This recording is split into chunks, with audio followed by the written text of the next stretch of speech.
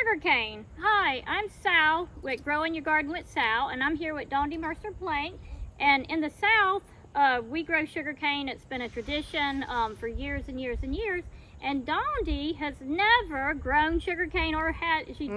I grew up in the Midwest. Sugarcane, which is not something we didn't have, but I'm wanting to learn about sugarcane. And Sal, one thing that amazes me, we don't have to have the seed. We start with the actual sugarcane. You start with the cane, yes.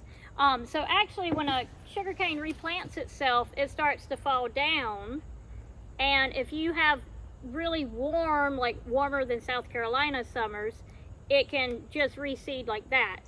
But since we do get pretty cold, we've got to actually cut it and then plant it about 4 inches down to keep it from freezing. So why have sugarcane? It could be for juicing, it could be for making syrup, or it could just be that you want it for a sweet treat. Yes. So you would take your sugarcane, we've already, cut it, and then you peel it back using a knife, and then inside you have, in fact, you can see, Sal, you see some of the juice. Look at that, isn't that so juicy? And then you can suck on it.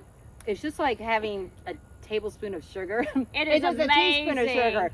But we've learned, don't swallow it. Don't swallow it. You can have a spitting contest. You but can. Don't you get swallow rid of it. But it is sweet, sweet, sweet, and so good. Yes. But how do we grow it? One thing that's really important that you've taught me is look for the nodules before you put it in the ground. Something like this without a nodule is not going to grow. No, it's not going to grow. So it's going to, you can already see where it's starting to root right there.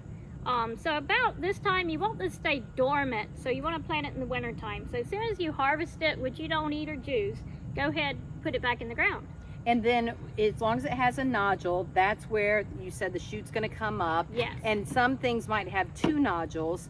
And then you'd have literally 2 shoots coming up. Yes, exactly. Let's go gardening. Come on down. Growing Your Garden with Sal.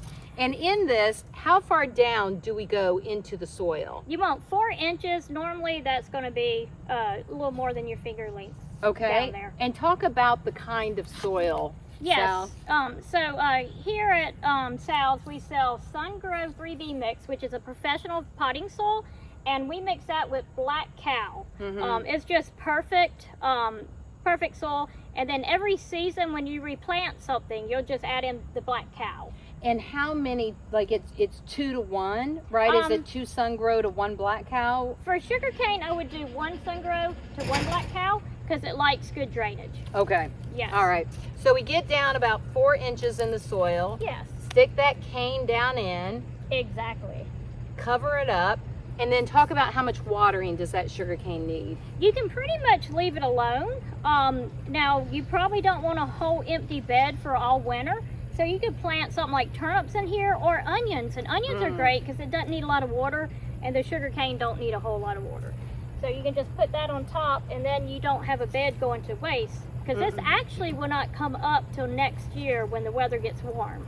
Yes, so that's important to remember, that even though you've got no action up on top other than what you've planted, like in this case the onions, which we'll get the chives out of, underneath that sugarcane is working and will eventually come up, and it will be this time next year. This is November in South Carolina, and it'll be about October, November that we'll be able to have the sugarcane. You just want to harvest it before the first freeze, and Halloween's just a great time to harvest it because it's a sweet treat too. And it's normally we have a frost in November.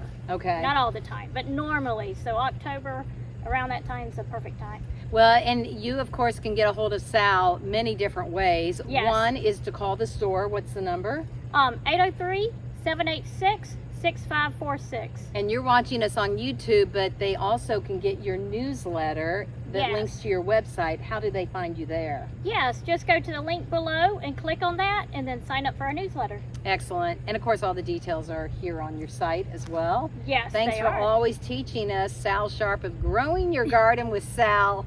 Sal's Old Timey Feed and Seed, as a lot of people still know you as. Yes, exactly. All right, I'm going back to the sugarcane. Thank you.